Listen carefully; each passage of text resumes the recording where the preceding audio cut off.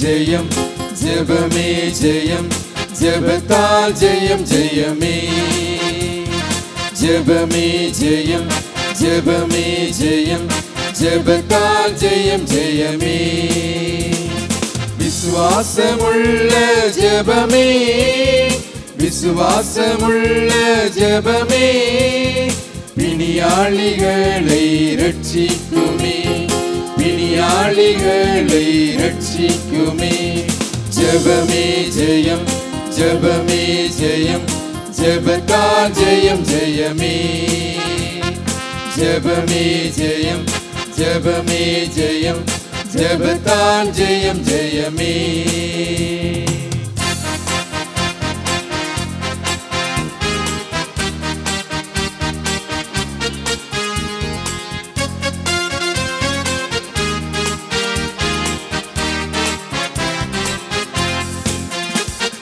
யாக்கோபு போல ஜெபித்திடும் உறுதியான ஜெப வீரராவே யாக்கோபு போல ஜெபித்திடும் உறுதியான ஜெப வீரராவே நீர் என்னை ஆசீர்வதித்தாலொழிய நீர் என்னை ஆசீர்வதித்தாலொழிய உம்மை நான் போகவிடே உம்மை நான் போகவிடே ஜெபமே ஜெயம் ஜெபமே ஜெயம் ஜெபத்தால் ஜெயம் ஜெயமே ஜெபமே ஜெயம் ஜெபமே ஜெயம் ஜெபத்தால் ஜெயம் ஜெயமே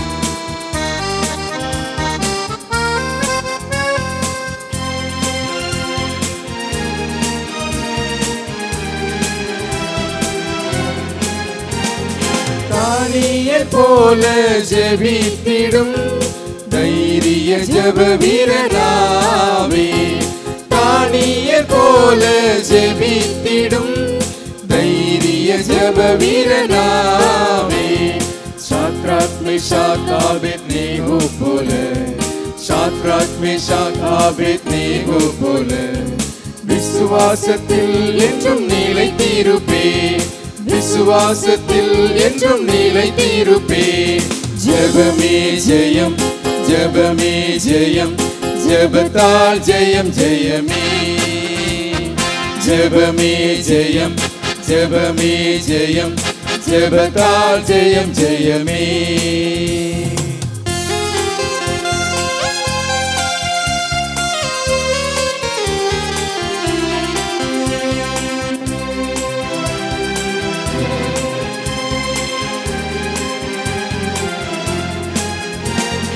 அன்னாளை போல ஜெபித்திடும் உறுதியான ஜெப வீரனாவே அன்னாளை போல ஜெபித்திடும் உறுதியான ஜெப வீரனாவே இரட்டிப்பான பங்கை பெற்றுக் கொண்டிட இரட்டிப்பான பங்கை பெற்றுக் கொண்டிட இரட்சகரிடம் நாம் ஜெபித்திடுவோம் இரட்சகரிடம் நாம் ஜெபித்திடுவோம் ஜெபமே ஜெயம் ஜெபமே ஜெயம் ஜெபத்தால் ஜெயம் ஜெயமே ஜெபமே ஜெயம் ஜெபமே ஜெயம் ஜெபத்தால் ஜெயம் ஜெயமே விசுவாசமுள்ள ஜெபமே விசுவாசமுள்ள ஜெபமே பிணியாளிகளை ரட்சிக்குமே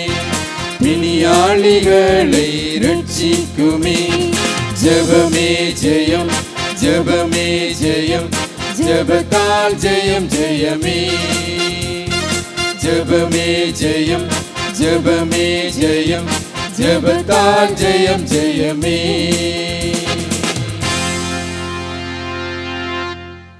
இயேசு கிறிஸ்துவின் இனிய நாமத்திலே உங்கள் யாவருக்கும் எங்களுடைய அன்பான வாழ்த்துக்களை கூறிக்கொள்கிறோம். காணொளி காட்சி மூலமாகவும் ஹெவன் டிவி மூலமாகவும் வாரந்தோறும் இந்த செய்தியை கேட்கிற அருமையான தேவ பிள்ளைகளை கர்த்தருக்குள் வாழ்த்துகிறோம். கர்த்தர் உங்கள் அனைவரையும் சுகபத்திரமாய் காத்து ஆசீர்வதிப்பாராக. கண்களை மூடி நாம் ஜெபிப்போம். அன்பும் கருணை நிறைந்த கர்த்தாவே, நன்றி உள்ள உள்ளத்தோடு எங்கள் தேவனாகிய கர்த்தரை நாங்கள் ஸ்தோத்திரிக்கிறோம் ஸ்தோத்திரிக்கிறோம் ஸ்தோத்திரிக்கிறோம். இதுவரை கர்த்தர் எங்களை நேர்த்தியாய் அற்புதமாய் நீர் எங்களை வழிநடத்தி வந்திருக்கிறீர். இன்னும் நீர் வழிநடத்தப் போகிறீர். கர்த்தருக்கே மகிமை உண்டாகட்டும்.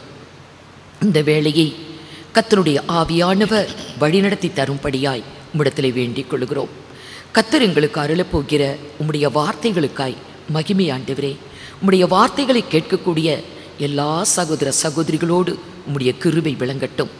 யாவரையும் ஆசீர்வதியும். துதி கணம் மகிமையெல்லாம் உமக்கே ஏறெடுக்கிறோம். இயேசு கிறிஸ்துவின் மூலமாய் வேண்டிக் கொள்கிறோம் பரிசுத்த பிதாவே, ஆமென். கர்த்தருடைய நாமத்துக்கு மகிமை உண்டாவதாக. லூக்கா சுவிசேஷம் 12ஆம் அதிகாரம் 35, 36. உங்கள் அறைகள் கட்டப்பட்டதாகவும் உங்கள் விளக்குகள் எரிகிறதாகவும் தங்கள் எஜமான் கல்யாணத்திலிருந்து வந்து தட்டும்போது உடனே அவருக்கு திறக்கும்படி எப்பொழுது வருவார் என்று காத்திருக்கிற மனுஷருக்கு ஒப்பாகவும் இருங்கள். இன்னொரு முறை வாசிங்க. உங்கள் அறைகள் கட்டப்பட்டதாகவும் உங்கள் அறைகள் கட்டப்பட்டதாகவும் உங்கள் விளக்குகள் எரிகிறதாகவும் உங்கள் விளக்குகள் எரிகிறதாகவும் தங்கள் எஜமான் கல்யாணத்திலிருந்து வந்து தட்டும்போது எஜமான் கல்யாணத்திலிருந்து வந்து தட்டும்போது உடனே அவருக்கு திறக்கும்படி எப்பொழுது வருவார் என்று காத்திருக்கிற மனுஷருக்கு ஒப்பாகவும் இருங்கள் என்று ஆண்டவராகிய இயேசு கிறிஸ்து இந்த இடத்துல ஒரு ஊமையான காரியத்தை சொன்னார். எஜமான் கல்யாணத்திலிருந்து வந்து தட்டும் போது உடனே அவருக்கு திறக்கும்படி, கதவை திறக்கும்படி எஜமான் எப்பொழுது வருவார் என்று விழித்து காத்து கொண்டிருந்த மனிதன். இவனைப் போல நாம் காணப்பட வேண்டும் என்று கர்த்தர் இந்த இடத்துல சொல்லுகிறார். எஜமான் வந்து தட்டும் போது கதவை திறக்கிறான். தட்டுகிற வரைக்கும் கதவு திறக்கப்படலை. தட்டும் போது, எஜமான் தட்டும் போது இது திறக்கப்பட வேண்டிய கதவு. ஆம், அப்படித்தான் இந்த நாட்களில் கூட கர்த்தருடைய சினம் கடந்து போக மட்டும் அடைக்கப்பட்டு இருக்கிற வாசல் திறக்கப்படக்கூடாது. உன்னுடைய வீட்டுக்குள்ளே பிரவேசித்து உன் கதவை பூட்டி அவருடைய சினம் கடந்து போக மட்டும் நீ ஒளித்துக்கொள். சினம் கடந்து போகிற வரைக்கும், அவர் தட்டுகிற வரைக்கும் கதவு பூட்டி இருக்கணும். இங்கே பார்க்கலாம், ஏசாயா சொல்லுவார் 26ஆம் அதிகாரம் 20. என் ஜனமே நீ போய் உன் அறைகளுக்குள்ளே பிரவேசித்து கதவுகளை பூட்டிக் கொண்டு சினம் கடந்து போக மட்டும் கொஞ்ச நேரம் ஒளித்துக்கொள். சினம் கடந்து போகிற வரைக்கும் இடையில திறந்துடக்கூடாது. அவர் தட்டுறதுக்கு முன்னாடி திறக்கக்கூடாது.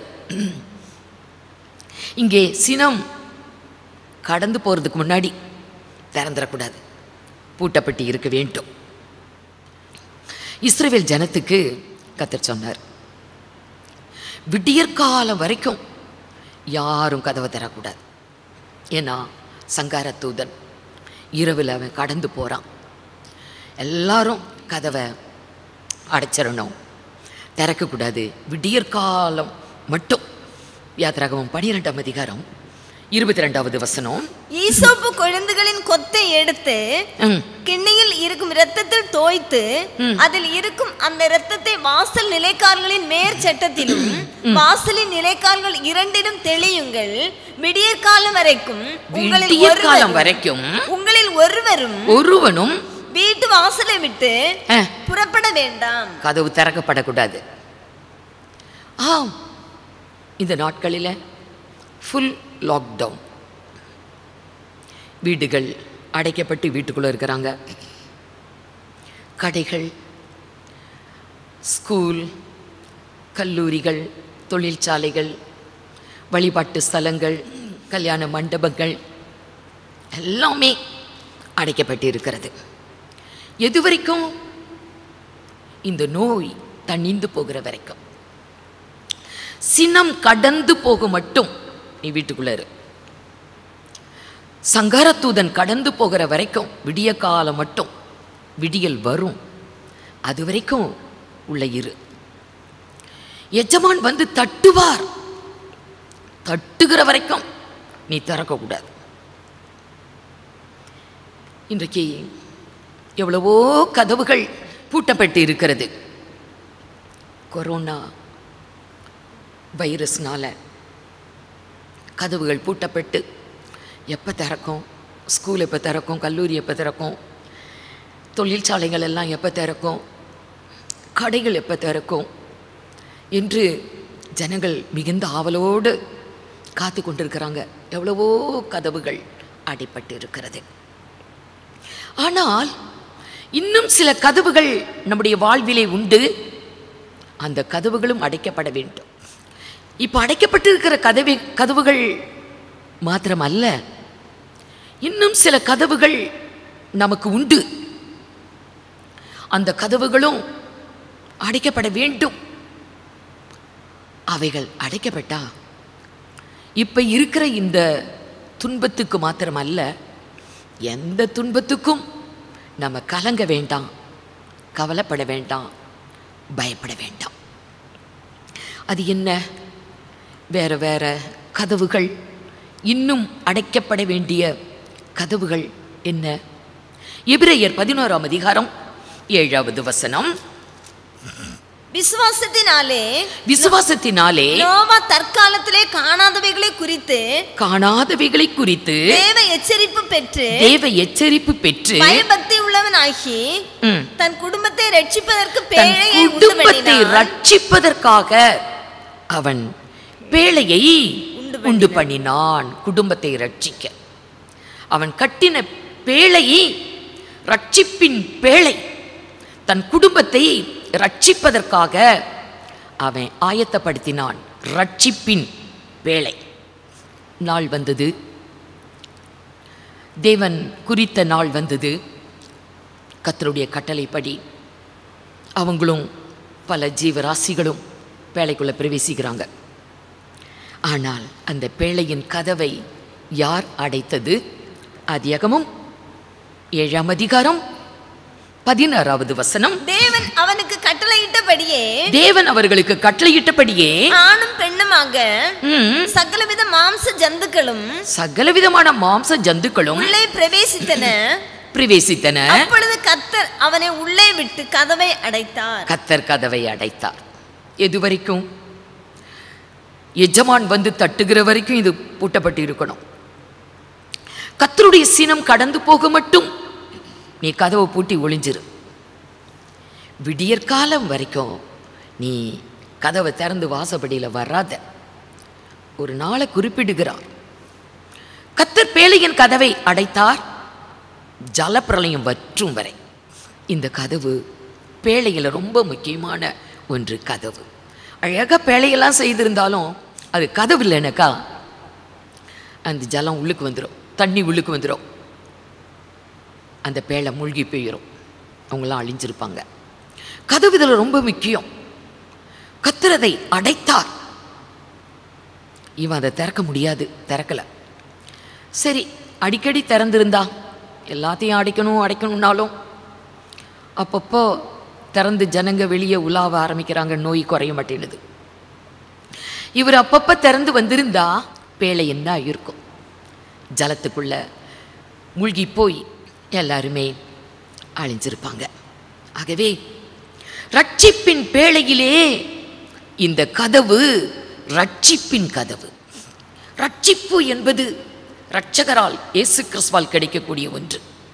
அந்த ரட்சிப்பு ஒரு கதவு, ரட்சிப்பின் கதவு என்று பார்க்கிறோம். ரட்சிப்பை தேவன் நமக்கு தந்திருக்கிறார். இதை நம்ம அடைச்சு பாதுகாக்கணும். ரட்சிப்பின் கதவை அடைத்து ரட்சிப்பை பாதுகாத்துக் கொள்ள வேண்டும். எத்தனை பேர் ரட்சிப்பை பெற்றுக்கிட்டு அதை இழந்து போறாங்க? ரட்சிப்பின் கதவை திறந்து அதை பாதுகாக்காம இழந்து போன மக்கள் எவ்வளவு பேர் இருக்கிறாங்க. ரட்சிப்பின் கதவு அதை அடைத்து பாதுகாக்க வேண்டும். எஜமான் வந்து தட்டுகிற வரைக்கும் அந்த கதவு பத்திரமா இருக்கணும். அவர் வந்து தட்டும்போது தான் திறக்கணும். ரட்சிப்பின் கதவு அது அடைக்கப்பட்டிருக்க வேண்டும். இரண்டாவது இன்னொரு கதவை பார்க்கிறோம். மத்தேயு 6ஆம் அதிகாரம் 6வது வசனம். நீயோ ஜெபம் பண்ணும் போது உன் அறை வீட்டுக்குள் பிரவேசித்து உன் கதவை பூட்டி அந்தரங்கத்தில் இருக்கிற உன் பிதாவை நோக்கி ஜெபம் பண்ணு. அப்பொழுது அந்தரங்கத்தில் பார்க்கிற உன் பிதா வெளியரங்கமாய் உனக்கு பலனளிப்பார். அறை வீட்டுக்குள்ள பிரவேசித்து உன் அறை கதவை பூட்டி ஜெபம் பண்ணு. இது ஜெபத்தின் கதவு. ஜெப ஜீவியம் அது ஒரு கதவு. அதை அடைச்சு பத்திரமா ஜெப வாழ்வை காத்துக்கொள்ள வேண்டும். எது வரைக்கும் ஜெபிக்கணும்? இவைகளுக்கெல்லாம் தப்பி இப்போ உலகத்தில் வந்திருக்கிற சோதனை, பாடுகள், அழிவு நம்ம எல்லாருக்கும் தெரியும். இவைகளுக்கெல்லாம் தப்பி மனுஷகுமாரனுக்கு முன்பாக நிற்க பாத்திரவான்களாய் நாம் எண்ணப்படுவதற்கு எப்பொழுதும் ஜெபம் பண்ண, ஜெப ஜீவியத்தை காத்துக்கொள்ளணும். ஜெப ஜீவியம் காக்கப்பட வேண்டும். ஜெப கதவை அடைச்சு அந்த ஜெப கதவை காத்துக்கொள்ளணும். அதை திறந்து விட்டுறக்கூடாது. ஆகவே ரட்சிப்பின் கதவு, ஜெப ஜீவியம் அதுவும் ஒரு கதவு. மூணாவது இன்னொரு கதவை பார்க்கலாம். 2 ராஜாக்கள் 4ஆம் அதிகாரம் 4லிருந்து 7 வரைக்கும். உள்ளே போய் உன் பிள்ளைகளிடம் உள்ளே நின்று கதவை பூட்டி அந்த பாத்திரங்கள் எல்லாவற்றிலும் வார்த்து நிறைந்ததை ஒரு பக்கத்தில் வை என்றான். அவள் அவனிடத்திலிருந்து போய் தன் பிள்ளைகளுடன் கதவை பூட்டி கொண்டு இவர்கள் பாத்திரங்களை அவளிடத்தில் கொடுக்க அவள் அவைகளில் வார்த்தாள். அந்த பாத்திரங்கள் நிறைந்த பின் அவள் தன் மகன் ஒருவனை நோக்கி இன்னும் ஒரு பாத்திரம் கொண்டு வா என்றாள். அதற்கு அவன் வேறே பாத்திரம் இல்லை என்றான். அப்பொழுது எண்ணெய் நின்று போயிற்று. போதும்.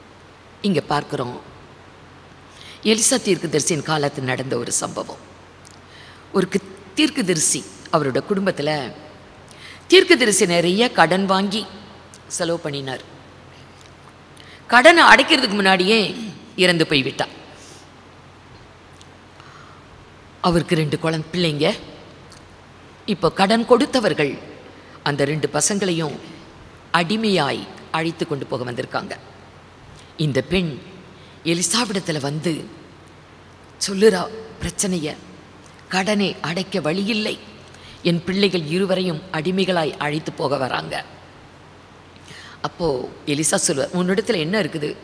ஒன்றும் இல்லை, எண்ணெய் மாத்திரம் இருக்கிறது. அப்படியானால் உன்னுடைய வீட்டை சுற்றிலும் இருக்கிற பக்கத்து வீட்டுக்காரங்கள்ட்ட எல்லாம் ஒரு வெறுமையான பாத்திரங்களை வாங்கி வீட்டுக்குள்ளே வைத்து உன்னுடைய 2 பிள்ளைகளோடு கூட கதவை அடைத்துக்கொள். கதவை அடைத்து எண்ணெயை நீ எல்லா பாத்திரத்திலையும் ஊத்து. அப்படியே செய்தாள். தன் பிள்ளைகளோடு கூட பாத்திரங்கள் எல்லாம் வீட்டுக்குள்ளே இருக்க கதவை பூட்டி எண்ணெயை ஊற்றினாள். நிறைஞ்சி நீ ஊற்றுறதுக்கு பாத்திரமே இல்லை, எண்ணெய் நின்று போயிற்று. எலிசாவிடத்திலே வந்து சொன்னாள், அதை விற்று கடனை அடைத்து மீந்த தொகையில் நீங்கள் ஜீவனை செய்யுங்க என்று தீர்க்கதரிசி சொன்னார். இது ஆசீர்வாத கதவு. ஆசீர்வாத கதவு. ஒன்று பூமிக்குரிய ஆசீர்வாதங்கள் உண்டு, ஆவிக்குரிய ஆசீர்வாதங்களும் உண்டு. ரட்சிப்பு என்பது ஆவிக்குரிய ஆசீர்வாதம். இன்றைக்கு ஜெபம் என்பது ஆவிக்குரிய ஆசீர்வாதம். கிருபை ஆவிக்குரிய ஆசீர்வாதம். உன்னதத்திலிருந்து வரக்கூடிய ஆசீர்வாதத்தால் தேவன் நம்மை ஆசீர்வதித்திருக்கிறார். அப்போஸ்தலனாகிய பவுல் அப்படி சொல்லுவார் எபேசியர் 1:3. ஆகவே இது ஆசீர்வாத கதவு என்று பார்க்கிறோம். ஆசீர்வாதத்தை தேவன் நமக்கு ஆவிக்குரிய பூமிக்குரிய நன்மைகள் ஆசீர்வாதங்களை கர்த்தர் நமக்கு தந்திருக்கிறார். அதையும் பூட்டி தான் நம்ம பாதுகாக்கணும். அதை பற்றி நம்ம கவலைப்படாம அலட்சியமா வீழ்ச்சிட்டா ஆசீர்வாத கதவை நம்ம திறந்து போட்டுட்டோம். அலட்சியப்படுத்தி ஒரு மனிதன் ஆசீர்வாதத்தை இழந்தான். அவன் மிகுந்த கண்ணீரோடு கவலையோடு ஆசீர்வாதத்தை அடைந்து கொள்ள தேடியும் அதை கண்டடையாமல் போனான். ஆசீர்வாத கதவு அதை நம்ம அடைச்சி பாதுகாக்கணும். ரட்சிப்பின் கதவு அதை பாதுகாத்துக் கொள்ள வேண்டும். ஜெப கதவு, ஜெப வாழ்வு அதை பாதுகாத்துக் கொள்ள வேண்டும். அப்படியே கர்த்தர் கொடுத்த ஆசீர்வாதங்கள் பூமிக்குரிய ஆசீர்வாதங்களா ஆவிக்குரிய ஆசீர்வாதங்களா அதையெல்லாம் நாம் காத்துக்கொள்ள வேண்டும். ஏசா என்று ஒரு மனிதன் இருந்தான். அவனை பற்றி வேதம் சொல்லுகிறது. எபிரேயர் 12ஆம் அதிகாரம் 16-17. ஒருவனும் வேசி கள்ளனாகவும் ஒருவேளை போஜனத்துக்காக தன் சேஷ்ட புத்திர பாகத்தை விற்று போட்ட ஏசாவை போல சீர்கெட்டவனாகவும் இராதபடிக்கும் எச்சரிக்கையாய் இருங்கள். ஏனென்றால் பிற்பாடு அவன் ஆசீர்வாதத்தை பிற்பாடு ஆசீர்வாதத்தை இழந்துட்டான், அலட்சியப்படுத்திட்டான். பிற்பாடு அதை பெற்றுக்கொள்ள வேண்டும் என்று அவன் ஆசைப்பட்டான். வாசிங்க. சுதந்தரித்துக் கொள்ள விரும்பியும் ஆகாதவன் என்று தள்ளப்பட்டதே அறிவீர்கள். ஆகாதவன் என்று தள்ளப்பட்டான். ஆசீர்வாத கதவு, தேவன் கொடுத்த ஆசீர்வாதம், சேஷ்டபுத்திர பாகம். அற்பமான சாப்பாட்டுக்காக தன் சகோதரன் ப்ரிப்பேர் பண்ணிக்கிட்டு இருந்த சோப்பான கூழ் மீது ஆசை வைத்து அவன் சேஷ்டபுத்திர பாகத்தையே அலட்சியப்படுத்தினான் என்று வேதத்தில் நம்ம எழுதப்பட்டு இருக்கிறதை பார்க்கலாம். வாசிக்க வேண்டாம். ஆதியாகமம் 25:34 கடைசி வசனத்தில் அப்படி சொல்லப்பட்டிருக்கும். ஆசீர்வாதம் அதை தக்க வைத்துக் கொள்ள வேண்டும். கர்த்தர் கொடுத்த ரட்சிப்பு எத்தனை மேன்மையானது, அதை தக்க வைத்துக் கொள்ள வேண்டும். ஜெப வாழ்வு அதை நாம் காத்துக்கொள்ள வேண்டும். கர்த்தர் கொடுத்த ஆசீர்வாதங்கள், நன்மைகள், இவைகளை நாம் காத்துக்கொள்ள வேண்டும். இவைகளெல்லாம் ஒவ்வொரு கதவு.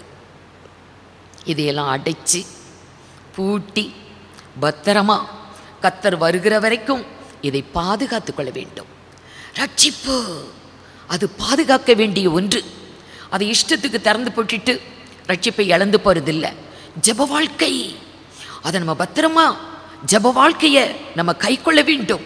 அதை திறந்து போட்டு அதை நம்ம இழந்து போகக்கூடாது. ஆசீர்வாதங்கள் கதவை திறந்து போட்டு ஏசாவை போல திரும்ப நம்ம அதை பெற்றுக்கொள்ள வேண்டும் என்று வாஞ்சித்து பிரயோஜனம் இல்லை. இன்னும் சில கதவுகள் உண்டு. இவைகளெல்லாம் பூட்டி பாதுகாக்கப்பட வேண்டிய கதவுகள். இதில் எல்லாத்தையும் பார்க்க முடியாது. ரட்சிப்பின் கதவை மாத்திரம் நம்ம பார்க்கலாம். நம்ம வாசித்தோம் எபிரேயர் 11ஆம் அதிகாரம் 7வது வசனத்தில், நோவா தன் குடும்பத்தை காப்பாற்றுவதற்காக, ரட்சிப்பதற்காக அவன் பேழையை உண்டு பண்ணினான். அது ரட்சிப்பின் பேழை. ரட்சிப்பின் பேழை. அதற்கு அவ்வளோ பெரிய பேழை, 3 மாடி கட்டடம் போல பெரிய கப்பல். ஒரே ஒரு கதவு தான். அந்த கதவு தான் அதில் ரொம்ப முக்கியமானது. அது கொஞ்சம் திறந்திருந்தா கூட அவ்வளோதான், ஜலம் உள்ளுக்கு வந்து கப்பல் மூழ்கி இருக்கும், பேழை மூழ்கி இருக்கும். இது அடைக்கப்பட்டது. கர்த்தரே அடைத்தார். கதவுகள் அடைக்கப்படுகிறது எதுவரைக்கும்? எஜமான் வந்து தட்டுகிற வரைக்கும். கதவு அடைக்கப்பட வேண்டும் எதுவரைக்கும்? அவர் சினம் கடந்து போக மட்டும். கதவு அடைக்கப்பட்டு இருக்க வேண்டும் எதுவரைக்கும்? விடியற்கால வரைக்கும் என்று வேதத்தில் நம்ம பார்த்தோம். இங்கே நோவாவின் பேழையின் கதவு அது ரட்சிப்பின் கதவு. இது அடைக்கப்பட்டு இருக்க வேண்டும். எதுவரை அடைக்கப்பட்டு இருக்க வேண்டும்? ஆதியாகமம் 8ஆம் அதிகாரம் 16வது வசனம். 16. நீயும் உன்னோட கூட உன் மனைவியும் உன் குமாரரும் உன் குமாரரின் மனைவிகளும் பேழையை விட்டு புறப்படுங்கள். புறப்படுங்கள் என்று சொல்லும் வரைக்கும் கதவு அடைப்பட்டு இருக்க வேண்டும். அப்பதான் அவங்க காக்கப்பட முடியும். புறப்படுங்கள் என்று கர்த்தர் சொன்னார். புறப்படும் மட்டும் பேழையின் கதவு அடைக்கப்பட்டு இருந்தது. அடைச்சுதான் வச்சிருக்கணும். நோவா அவன் இஷ்டத்துக்கு திறந்திருந்தா என்ன ஆகியிருக்கும்? அவன் குடும்பமெல்லாம் அழிஞ்சு போயிருக்கும். ஆகவே ரட்சிப்பு என்பது கதவு, நம்மை காக்கக்கூடியது, நம்மை பாதுகாக்கக்கூடியது. நாம் ரட்சிப்பை காத்துக்கொள்ள வேண்டும், ரட்சிப்பு நம்மை காக்கும். ரட்சிப்பை நாம் காத்து கொண்டால்தான், அதை பூட்டி வைத்திருந்தால்தான் அந்த ரட்சிப்பு நம்மளை பாதுகாக்க முடியும். ஆகவே ரட்சிப்பின் கதவு என்பது அது கதவு மாத்திரம் அல்ல. ரட்சிப்பை குறித்து வேதத்தில் நிறைய காரியங்கள் சொல்லப்பட்டிருக்கிறது. ரட்சிப்பு என்றால் என்ன, அது ரட்சிப்பு எப்படிப்பட்டது என்று ரட்சிப்பை குறித்து வேதத்திலே அநேக காரியங்கள் சொல்லப்பட்டிருக்கிறது. ஏசாயா 60ஆம் அதிகாரம் 18வது வசனம் அல்லாவிட்டால் ஏசாயா 26ஆம் அதிகாரம் முதல் வசனம், 26 முதல் வசனம் ஏசாயா வாசிங்க. ரட்சிப்பு என்பது அக்காலத்திலே யூதா தேசத்தில் பாடப்படும் பாட்டாவது நகரம் நமக்கு உண்டு, ரட்சிப்பையே அதற்கு மதிலும். ரட்சிப்பு என்பது மதில்.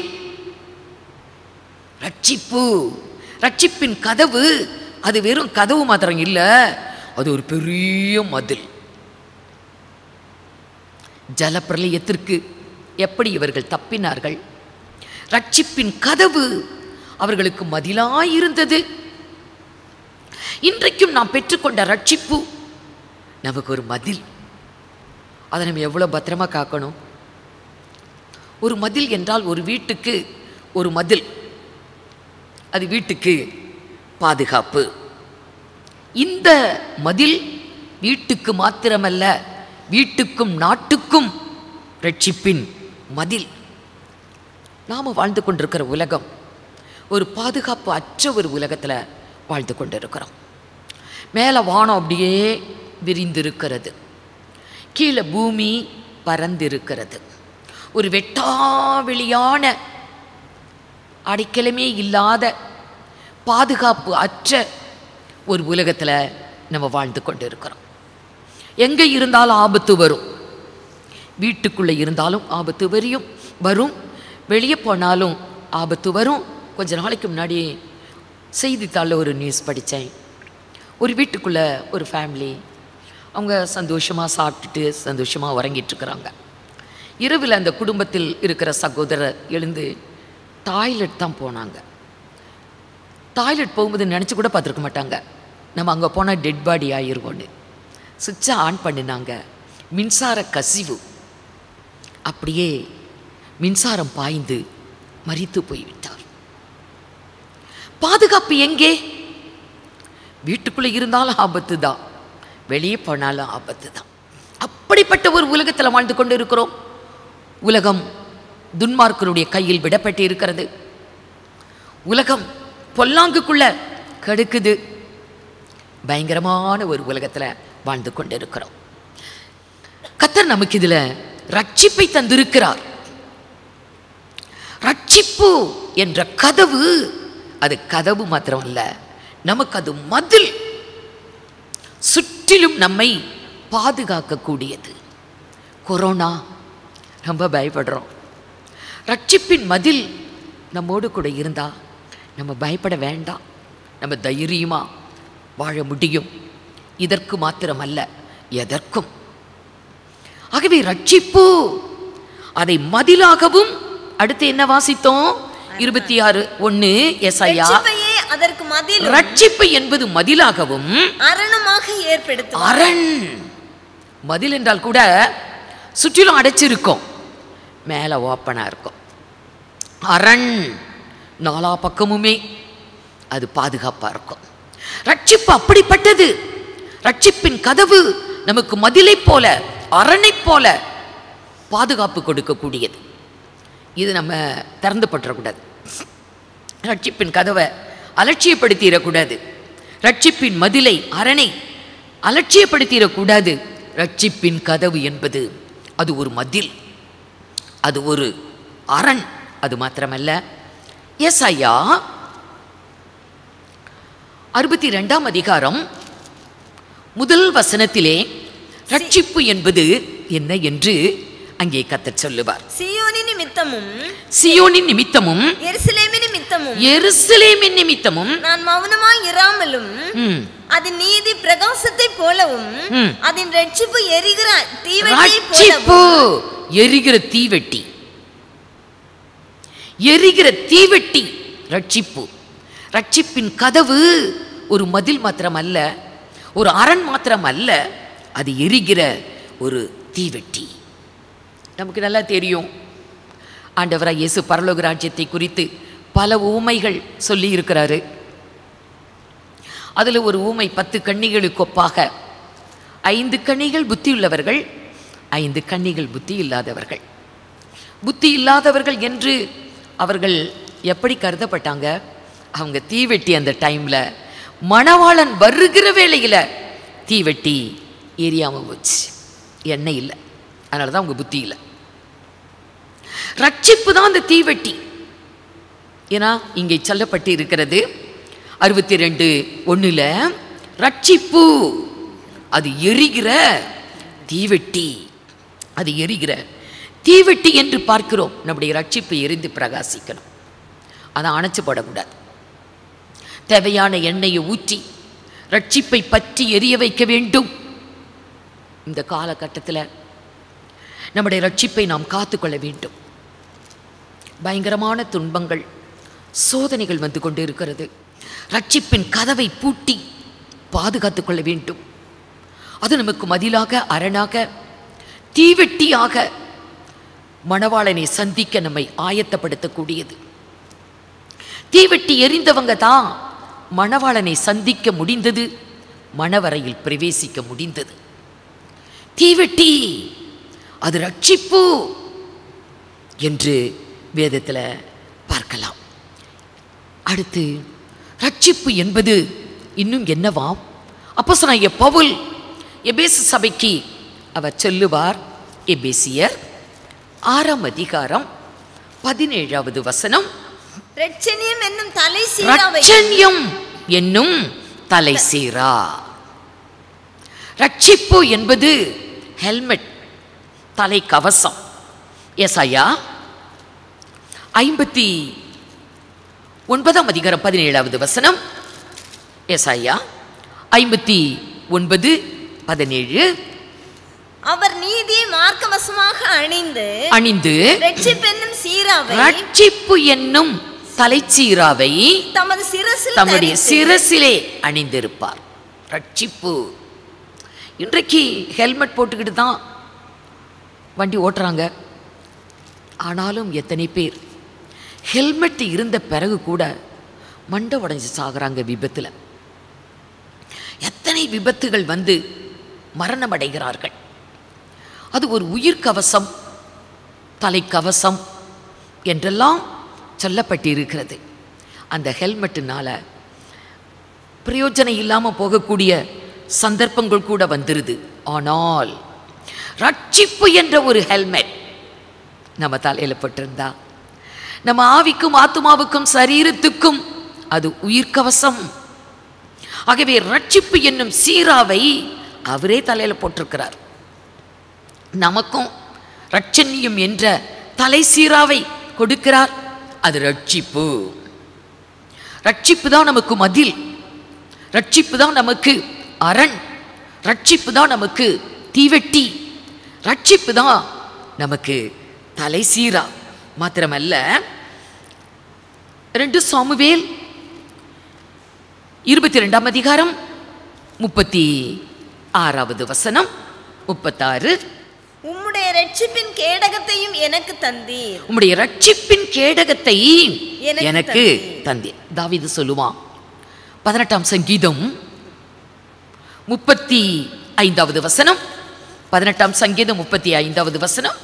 உம்முடைய ரட்சிப்பின் கேடகத்தையும் எனக்கு தந்தீர். ரட்சிப்பின் கேடகத்தை எனக்கு தந்தீர்.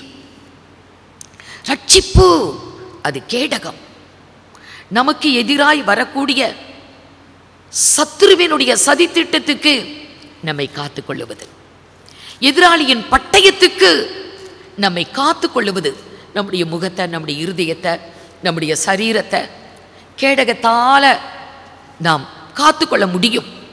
இன்றைக்கு சாத்தான் நமக்கு எதிரா, சத்துரு நமக்கு எதிரா எத்தனை போராட்டங்கள். பலவிதமான வியாதிகள், துன்பங்கள், கஷ்டங்கள். மருத்துவமனையில் போய் பார்க்கவே முடியாது. மருத்துவமனையில் ஒருவர் போய் பார்த்து விட்டு வந்து என்னிடத்துல ரொம்ப வேதனைப்பட்டாங்க. பேப்பரில் பார்க்குறோம், மற்றவங்களாம் சொல்லுறாங்க. ஆனால் நேருக்கு நேர் போய் பார்த்த பிறகு தான் தெரியுது. ஒருத்தர் அட்மிட் பண்ண போனப்போ தான் அப்படியே டெட் பாடி கூட்டம் கூட்டமாக குவியலாக கொண்டு போகிறாங்க. பார்க்கவே சகிக்கவில்லை என்று வேதனைப்பட்டார். இன்றைக்கு ரட்சிப்பு என்பது கேடகம். சத்துருவுக்கு எதிராக, சத்துருவின் பட்டயத்துக்கு எதிராக, சாத்தானுடைய பட்டயத்துக்கு எதிராக நமக்கு எதிராய் வந்திருக்கக்கூடிய எல்லா தீமைக்கும் தீங்குக்கும் நம்மை பாதுகாத்து கொள்ளக்கூடியது இந்த கேடகம். அதுதான் ரட்சிப்பு. ரட்சிப்பின் கதவு நமக்கு எத்தனையாய், எத்தனை விதமாய் நமக்கு அது பயன்படுது. இப்படிப்பட்ட அந்த ரட்சிப்பின் கதவை நம்ம பூட்டி பாதுகாத்து கொள்ளணும். எஜமான் கல்யாணத்திலிருந்து வந்து தட்டும் போது எப்பொழுது அவர் வருவார், வரும்போது அவருக்கு திறக்க வேண்டுமே என்று விழித்து காத்திருந்த ஒரு மனிதன் இருந்தான். அவனை போல இருங்க. அது வரைக்கும் கதவை தரக்கூடாது. அவர் வந்து தட்டுகிற வரைக்கும் ரட்சிப்பின் கதவை நாம் காத்துக்கொள்ள வேண்டும். அப்படித்தான் மற்ற எல்லா கதவையும், ஜப வாழ்க்கை, ஆசீர்வாதமான ஜீவி எல்லாமே கர்த்தர் நமக்கு கதவு என்று தந்திருக்கிறது எல்லாம் பூட்டி தான். நம்ம பூட்டின கதவுகளை வேதத்தில் பார்த்தோம். எல்லாத்தையும் பாதுகாத்து கொள்ள வேண்டும். ரட்சிப்பு எவ்வளோ பெரிதான ரட்சிப்பு. அப்போஸ்தலனாகிய பவுல் சபைக்கு சொல்லுவார், இவ்வளோ பெரிதான ரட்சிப்பை குறித்து கவலையற்றிருப்போம், ஆனால் தண்டனைக்கு எப்படி தப்பித்துக் கொள்ளுவோம்? ஒரு பெரிய தண்டனை வந்துகிட்டு இருக்குது. ரட்சிப்பை காத்து கொள்ளாதவர்களுக்கு, ரட்சிப்பின் கதவை காலத்துக்கு முன்னே திறந்தவர்களுக்கு, அவர் வந்து தட்டுற அன்னைக்கு தான் திறக்கணும். ஆனால் அலட்சியப்படுத்தினவங்களுக்கு தண்டனைக்கு தப்ப முடியாது. ரட்சிப்பு என்பது அது ஒரு பெரிதான காரியம். இவ்வளோ பெரிதான ரட்சிப்பு என்று வேதத்திலே சொல்லப்பட்டிருக்கிறது. எபிரேயர் 2ஆம் அதிகாரம் 3, 4, 2 வசனங்கள். முதலாவது கர்த்தர் மூலமாய் ரட்சிப்பு. முதலாவது கர்த்தர் ரட்சிப்பை அறிவித்தார். கர்த்தர் மூலமாய் அறிவிக்கப்பட்டு பின்பு அவரிடத்தில் கேட்டவர்களாலே, அவருடைய சீஷர்களாலே அறிவிக்கப்பட்டு நமக்கு உறுதியாக்கப்பட்டதும். இப்படி உறுதியாக்கப்பட்டது. கர்த்தர் மூலம் அறிவிக்கப்பட்டு உறுதியாக்கப்பட்டது. சீஷர்கள் மூலம், அப்போஸ்தலர்கள் மூலம் உரைக்கப்பட்டு அது உறுதியாக்கப்பட்டது. அது மட்டுமல்ல, அடையாளங்களினால் உறுதியாக்கப்பட்டது. அற்புதங்களினால் அது உறுதியாக்கப்பட்டது. பலவிதமான பலத்த செய்கையினாலே அந்த ரட்சிப்பு உறுதியாக்கப்பட்டது. தம்முடைய சித்தத்தின்படி பகிர்ந்து கொடுத்த பரிசுத்த ஆவியின் வரங்களினாலே அது உறுதியாக்கப்பட்டதுமான, தேவன் தாமே சாட்சி கொடுத்ததுமாய் இருக்கிற இவ்வளவு பெரிதான ரட்சிப்பை குறித்து நாம் கவலையற்றிருப்போம், ஆனால் தண்டனைக்கு எப்படி தப்பித்துக் கொள்ளுவோம்? ரட்சிப்பு என்பது சாதாரண காரியமா? எப்படி அது உறுதியாக்கப்பட்டது? ஆண்டவராகிய இயேசு கிறிஸ்து தன் ஜீவனையே கல்வாரி சிலுவையிலே ஒப்பு கொடுத்து ரத்தம் சிந்தி ஜீவனை கொடுத்து உண்டு பண்ணினது ஆத்தும ரட்சிப்பு. அவரே அதை அறிவித்து உறுதிப்படுத்தினார். அப்போஸ்தலர்களால் உறுதியாக்கப்பட்டது. அற்புத அடையாளங்களால், வாக்கு தத்தங்களால் உறுதியாக்கப்பட்டது. சாட்சியின் மூலம் உறுதியாக்கப்பட்டது. இவ்வளோ பெரிதான ரட்சிப்பை குறித்து கவலையற்றிருப்போம், ஆனால் தண்டனைக்கு எப்படி தப்பித்துக் கொள்ளுவோம்? யாரும் தப்ப முடியாது, ஒருத்தரும் தப்ப முடியாது. ஆகவே அந்த ரட்சிப்பை அடைந்து கொள்ள வேண்டும். இந்த நாட்களிலே மனுஷருக்கு ரட்சிப்பு என்பது ரொம்ப அவசியம். ஏன்னா நம்மை பாதுகாக்கக்கூடியது ரட்சிப்பு தான். ரட்சிப்பு கதவாக இருந்து, மதிலாய் இருந்து, அரணாய் இருந்து, தீவெட்டியாய் இருந்து, அது தலைச்சீரவாய் இருந்து, கேடகமாய் இருந்து ஒரு மனிதனை காக்கக்கூடியது. தேவ மனிதனை காக்கக்கூடியது ஆத்தும ரட்சிப்பு. இதை பெற்றே ஆக வேண்டும். இந்த ரட்சிப்பை ஒவ்வொரு மனிதனும் அடைந்தே ஆக வேண்டும். ரட்சிப்பு என்பது ஒரே ஒரு வழியில தான் கிடைக்கும். அப்போஸ்தலர் 4ஆம் அதிகாரம் 12வது வசனம். அவராலே அன்றி, இயேசு கிறிஸ்துவாலே அன்றி வேறொருவராலும் ரட்சிப்பு இல்லை. ரட்சிப்பு என்பது ஆண்டவரை இயேசு கிறிஸ்து மூலம்தான், வேற யாராலும் இல்லை, எந்த ஒரு பெயராலும் இல்லை, எந்த ஒரு நாமத்தாலும் அல்ல. ஆத்தும ரட்சிப்பு, பாவத்திலே விடுதலை, அக்கிரமத்திலே விடுதலை, அடிமைத்தனத்திலே விடுதலை, நோயா பேயா எல்லாவற்றிலும் இருந்து ஒரு விடுதலை. பாவங்கள் மன்னிக்கப்படணுமா, பாவத்தினின்று விடுதலை பெறணுமா, ரட்சிப்பு, விடுதலை, இது ஆண்டவராகிய இயேசு கிறிஸ்துவின் நாமத்தினால் மாத்திரம்தான். அவருடைய நாமமே அல்லாமல், வாசிங்க, அவராலே அன்றி வேறொருவராலும் ரட்சிப்பு இல்லை. நாம் ரட்சிக்கப்படும்படிக்கு வானத்தின் கீழெங்கும் மனுஷர்களுக்குள்ளே அவருடைய நாமமே அல்லாமல் வேறொரு நாமம் கட்டளையிடப்படவும் இல்லை. இயேசு கிறிஸ்துவின் நாமம் ஒன்றே, அவருடைய நாமமே அல்லாமல் வேறொரு நாமம் கட்டளையிடப்படவில்லை. அவருடைய நாமத்தில் தான் ரட்சிப்பு. ஆகவே அவரை நோக்கி பாருங்க, அப்ப ரட்சிப்பு கிடைக்கும். அவரை நோக்கி பார்த்தால் போதும், ரட்சிப்பு கிடைக்கும். வேதம் அப்படி சொல்லுகிறது. பூமியின் எல்லை எங்கும் உள்ளவர்களே, எல்லாரும் என்னை நோக்கி பாருங்கள், அப்பொழுது ரட்சிக்கப்படுவீர்கள் என்று கர்த்தர் சொல்லுகிறார். ஏசாயா 45:22, பூமியின் எல்லை எங்கும் உள்ளவர்களே என்னை நோக்கி பாருங்கள், அப்பொழுது ரட்சிக்கப்படுவீர்கள். நானே தேவன், வேறொருவரும் இல்லை. கர்த்தர் ஒருவரே தெய்வம், அவரே மெய்யான தெய்வம், அவரால் மாத்திரமே ரட்சிப்பு. அவரை நோக்கி பார்க்க வேண்டும், நம்முடைய கண்களை ஏறெடுக்க வேண்டும். கர்த்தருக்கு நேரா ஆத்தும ரட்சிப்பை பெற்றுக்கொள்ள அவரை நோக்கி பார்த்தால் போதும், அப்பொழுது ரட்சிக்கப்படுவீர்கள் என்று சொன்னார். அவரை நோக்கி பார்த்து அவரை விசுவாசிக்கணும். அவரை நோக்கி பார்த்து ஆண்டவராகிய இயேசுவை நம்ப வேண்டும், அவரை விசுவாசிக்க வேண்டும். நீ விசுவாசி, அப்பொழுது நீயும் உன் வீட்டாரும் ரட்சிக்கப்படுவீர்கள் என்றார். விசுவாசித்தால் நமக்கு மாத்திரம் அல்ல, நம்முடைய வீட்டாருக்கே ரட்சிப்பு கிடைக்கும். அப்போஸ்தலர் 16:31 அதற்கு அவர்கள் கர்த்தராகிய இயேசு கிறிஸ்துவை விசுவாசி, அப்பொழுது நீயும் உன் வீட்டாரும் ரட்சிக்கப்படுவீர்கள். ரட்சிப்பு எவ்வளவு ஈஸியான ஒரு வழியை தேவன் நமக்கு தந்திருக்கிறார். அவரை நோக்கி பார்க்க வேண்டும், அவரை விசுவாசிக்க வேண்டும், நம்ப வேண்டும், அவரை தொழுது கொள்ள வேண்டும். தொழுது கொள்ளுகிற எவனும் ரட்சிக்கப்படுவான். நோக்கி பார்க்கிற எவனும் ரட்சிக்கப்படுகிறான். விசுவாசிக்கிற எவனுக்கும் ரட்சிப்பு கிடைக்குது. தொழுது கொள்ளுகிற எவனுக்கும் ரட்சிப்பு கிடைக்குது. அப்போஸ்தலர் 2:21 2:21 அப்பொழுது கர்த்தருடைய நாமத்தை தொழுது கொள்ளுகிறவர்கள் எவர்களோ அவன் ரட்சிக்கப்படுவான். தொழுது கொள்ளுகிறவர்கள் ரட்சிப்பை பெறுவாங்க. கர்த்தரை தொழுது கொள்ள வேண்டும். அவர் என்ன சொல்லுகிறாரோ அதற்கு கீழ்ப்படியணும். கர்த்தர் என்ன சொல்லுகிறார், அவர் சொல்லுகிற வார்த்தை என்ன, கீழ்ப்படிந்தால் போதும், ரட்சிப்பு கிடைக்கும். நோக்கி பார்த்தால் ரட்சிப்பு கிடைக்கும், விசுவாசித்தால் ரட்சிப்பு கிடைக்கும், தொழுது கொண்டால் ரட்சிப்பு கிடைக்கும். அப்படியே அவருடைய வார்த்தைக்கு கீழ்ப்படிந்தால் ரட்சிப்பு கிடைக்கும். மார்க்கு சுவிசேஷம் 16:16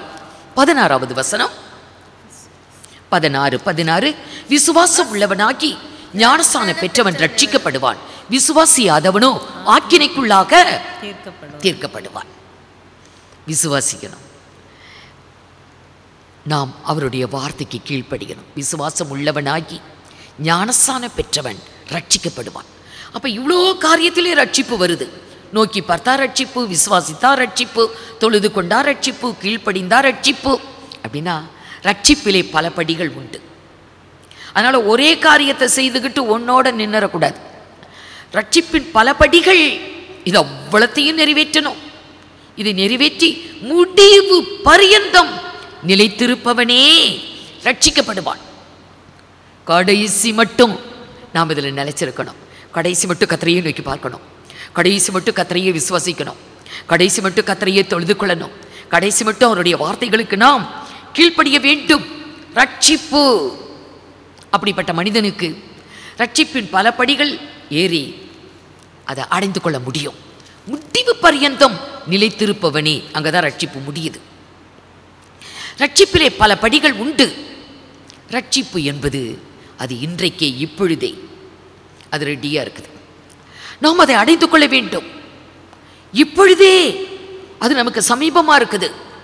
2 கொரிந்தியர் 6ஆம் அதிகாரம் 2வது வசனம். அனுக்கிரக காலத்திலே நான் உனக்கு செவி கொடுத்து இரட்சணிய நாளிலே உனக்கு உதவி செய்தேன் என்று சொல்லி இருக்கிறாரே. இதோ இப்பொழுதே அனுக்கிரக காலம், இப்பொழுதே இரட்சணிய நாள், இப்பொழுதே அனுக்கிரக காலம், இப்பொழுதே இரட்சணிய நாள். இன்றைக்கே ரட்சிப்பு. நாம ஏகதேச கடைசி காலத்துல கடைசி வேலையில வந்திருக்கிறோம். இன்னும் எவ்வளவு நாட்கள் செல்லுமோ? கொடுக்கப்பட்ட காலத்தை நாம் ஆதாயப்படுத்திக் கொள்ள வேண்டும். இந்த ஒரே ஒரு வாழ்வு, ஆத்தும ரட்சிப்பை பெற்று நாம் வாழ வேண்டும். அவர் வெளிப்படும் நாளிலே வெட்கப்பட்டு போக மாட்டோம். அவரோடு எடுத்துக்கொள்ளப்படுவோம். நித்தியமாய் அவரோடு வாழுவோம். ஆகவே இப்பொழுது நமக்கு தேவன் தந்திருக்கிற இந்த காலத்தை பயன்படுத்த தவறக்கூடாது. அதை நாம் பயன்படுத்திக் கொள்ள வேண்டும். கர்த்தர் எல்லாருக்கும் வாய்ப்பை கொடுக்கிறார்.